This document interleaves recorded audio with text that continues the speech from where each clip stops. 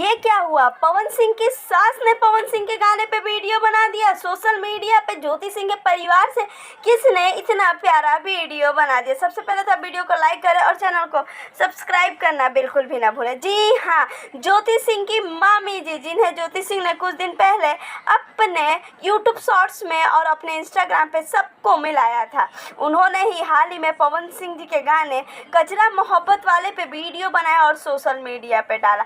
जैसे ही video social media पे आया, लोगों ने तो ये कहना शुरू कर दिया कि सास ने भी दामाद के गाने पे वीडियो बना दिया। वैसे आपको ये वीडियो कैसी लगी कमेंट्स में ज़रूर बताइएगा। ज्योति सिंह हाल फिलहाल तो अपने मायके में ही रह रही हैं और वहाँ के लोग पवन सिंह को काफ़ी सपोर्ट करें। हम तो चाहते हैं कि ज्योति सिंह ऐसे ही भोजपुरी को आगे बढ़ाने में सपोर्ट करते रहें। पवन सिंह जी का 2-3 बहुत बड़ा रिकॉर्ड बना है जो सोशल मीडिया पे आग लगा रहा है। वैसे आपको ये वीडियो कैसा लगा हमें कमेंट्स में ज़रूर बताएं। वीडियो को लाइक ज़रूर करें।